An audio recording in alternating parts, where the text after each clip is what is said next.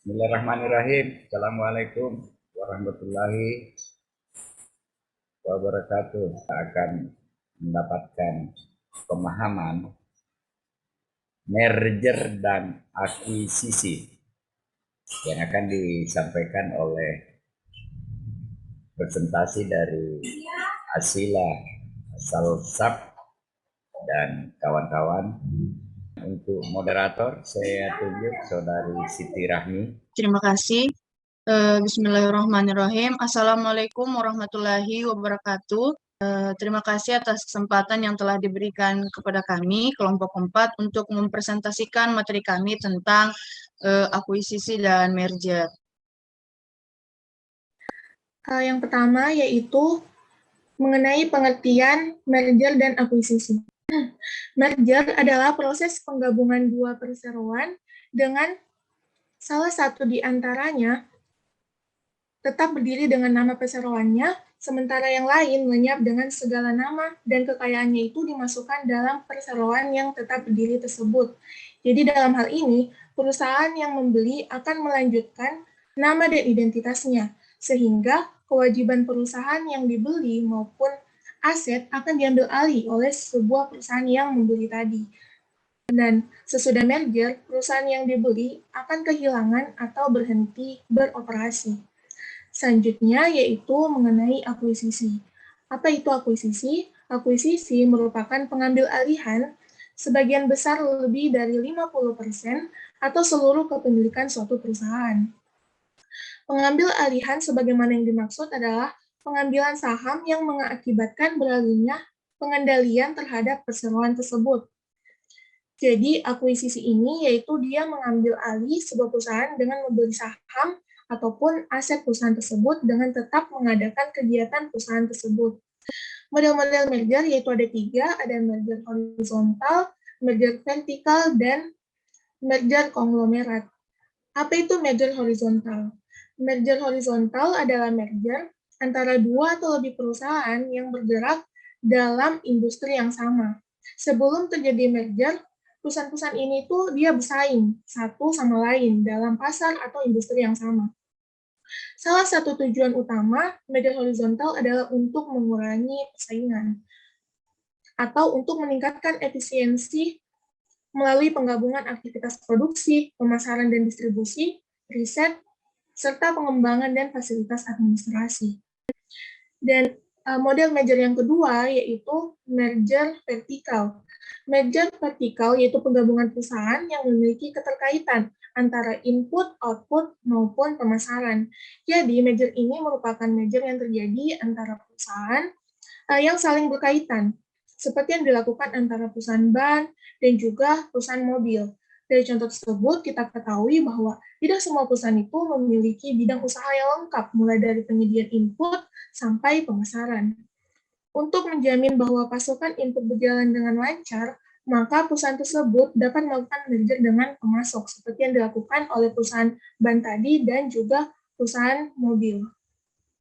Dan model merger yang ketiga yaitu merger konglomerat, yaitu sebuah kerjasama antara beberapa produk dengan produk antar beberapa perusahaan dengan produk-produk yang berbeda dan tidak ada kaitannya, seperti yang dilakukan perusahaan makanan merger dengan perusahaan mobil.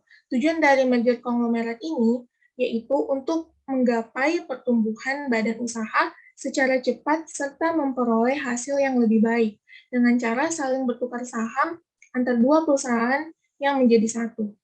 Materi tentang model-model akuisisi. Nah, model-model akuisisi ini itu dibedakan jadi dua, yaitu berdasarkan tujuan dan berdasarkan cara yang ditempuh. Kalau berdasarkan tujuan yaitu ada dua, yaitu akuisisi finansial dan akuisisi strategis. Akuisisi finansial yaitu suatu tindakan akuisisi terhadap satu atau beberapa perusahaan tertentu yang dilaksanakan dengan tujuan untuk mencapai keuntungan finansial. Dan yang kedua yaitu akuisisi strategis. Akuisisi strategis yaitu di mana pengakuisisi mengambil alih perusahaan yang tidak efisien dan tidak dikelola dengan baik dan menciptakan nilai dengan menempatkan struktur tata kelola yang unggul di perusahaan yang diakuisisi ini. Dengan kata lain, akuisisi strategis merupakan suatu akuisisi yang dilaksanakan dengan tujuan untuk menciptakan sinergi dengan didasarkan pada pertimbangan-pertimbangan jangka panjang. Sedangkan berdasarkan cara yang ditempuh juga, itu ada dua juga, yaitu akuisisi saham dan akuisisi aset. Akuisisi saham yaitu mengambil alih perusahaan lain dengan membeli saham perusahaan tersebut, baik dibeli secara tunai maupun menggantinya dengan sekuritas lain seperti saham atau obligasi. Dan yang kedua yaitu akuisisi aset, yaitu suatu perusahaan mengambil alih perusahaan lain dengan jalan membeli aktiva perusahaan tersebut. Selanjutnya yaitu dasar hukum merger dan akuisisi, yaitu ada 3 dasar hukum, yaitu yang pertama diatur dalam Undang-Undang Nomor 40 Tahun 2007 tentang perseroan terbatas. Jadi yang pertama itu diatur dalam Undang-Undang Perseroan Terbatas. Dan yang kedua yaitu diatur dalam Peraturan Pemerintah Nomor 27 Tahun 1998 tentang penggabungan peleburan dan pengambil alihan perseroan terbatas.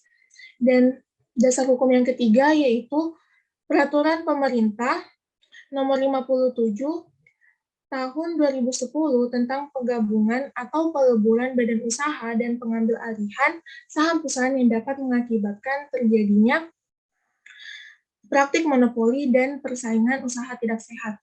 Yang pertama, hostile merger, yang mana suatu tindakan akuisisi yang dilakukan secara paksa yang biasanya dilakukan dengan cara membuka penawaran atas saham perusahaan yang ingin dikuasai di pasar modal dengan harga di atas harga pasar. Biasanya pengambil alihan secara paksa ini diikuti oleh pemecatan karyawan dan manajer untuk diganti dengan orang baru. Selanjutnya yang kedua, friendly merger. Proses pengambil alihan yang dikehendaki oleh kedua belah pihak, yaitu perusahaan pengakuisisi dan perusahaan yang diakuisisi. Selanjutnya ada prosedur pelaksanaan akuisisi. Yang pertama, menentukan pertumbuhan pasar atau jasa. Mengevaluasi dan mengidentifikasi peluang pertumbuhan di lini layanan atau pasar yang dilayani. Untuk menentukan kemungkinan pertumbuhan pasar, perusahaan mengumpulkan dan menganalisis data yang ekstensif. Yang kedua, identifikasi kandidat perusahaan. Perusahaan yang mengakuisisi mengidentifikasi calon perusahaan potensial dengan melakukan penelitian, dengan pengalaman manajemen atau dengan mengambil bantuan konsultan. Cara yang ketiga, menilai posisi keuangan strategis dan kesesuaian. Pada tahap ini, perusahaan pengakuisisi membentuk penilaian rinci tentang posisi kredit dan keuangan perusahaan target. Yang keempat, membuat keputusan go atau no-go. Manajemen perusahaan membuat keputusan akhir apakah akuisisi harus dimulai atau tidak. Prosedur yang kelima, melakukan valuasi. Penawaran disiapkan pada langkah kelima untuk mengakuisisi perusahaan target. Penawaran dibingkai berdasarkan nilai target, mengidentifikasi dan mengevaluasi, kemudian cara menyusun transaksi akuisisi, dan terakhir memilih struktur yang akan menguntungkan perusahaan yang mengakuisisi dan membantu dalam mencapai tujuan. Yang keenam, lakukan uji tuntas, negosiasikan perjanjian definitif, dan jalankan transaksi. Perusahaan pengakuisisi menyiapkan uji tuntas terhadap perusahaan target kedua perusahaan. Kedua perusahaan kemudian bernegosiasi dan menyiapkan kesepakatan konklusif. Perusahaan yang mengakuisisi memantau transaksi yang dijalankan dan memastikan bahwa tujuan dan saran yang ditetapkan terpenuhi dengan benar. Prosedur yang terakhir, menerapkan transaksi dan memantau kinerja yang berkelanjutan. Sebuah akuisisi yang sukses melibatkan penyatuan dua organisasi dengan cara menguntungkan untuk mencapai maksimalisasi keuntungan sambil meminimalkan gangguan pada operasi yang ada. Organisasi harus siap dan mencari solusi untuk masalah masa depan yang timbul dalam pelaksanaan akuisisi. Ini adalah larangan dalam merger dan akuisisi.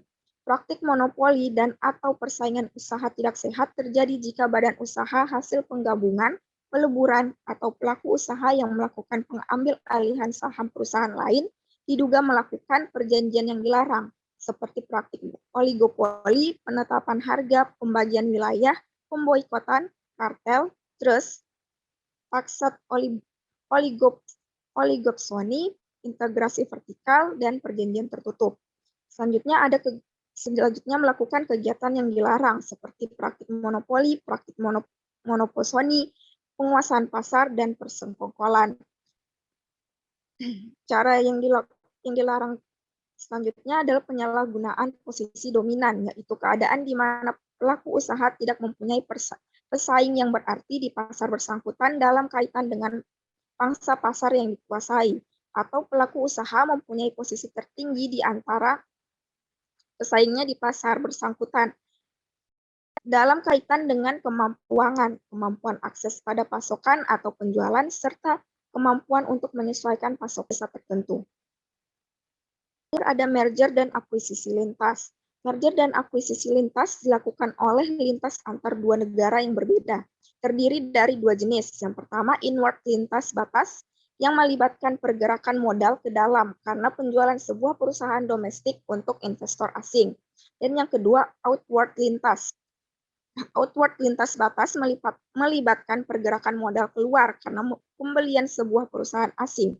Merger dan akuisisi lintas batas dapat dilakukan oleh badan usaha di dalam negeri dengan cara mengambil alih badan usaha di luar negeri, atau badan usaha di luar negeri mengambil alih badan usaha dalam negeri. Selanjutnya ada faktor merger dan akuisisi lintas. Yang pertama ada globalisasi pasar keuangan. Selanjutnya ada tekanan pasar dan penurunan permintaan akibat kompetisi internasional. Selanjutnya mencari peluang pasar baru sejak teknologi ini berkembang cepat. Selanjutnya ada diversifikasi geografis yang akan menghasilkan menjelajahi aset di negara-negara lain. Selanjutnya meningkatkan efisiensi perusahaan dalam memproduksi barang dan jasa. Selanjutnya ada pemenuhan tujuan untuk tumbuh secara menguntungkan, meningkatkan skala produksi, dan yang terakhir berbagi teknologi dan inovasi yang mengurangi biaya. Mungkin itu saja yang dapat kami sampaikan. Saya kembalikan kepada moderator. Itulah tadi presentasi dari kelompok 4.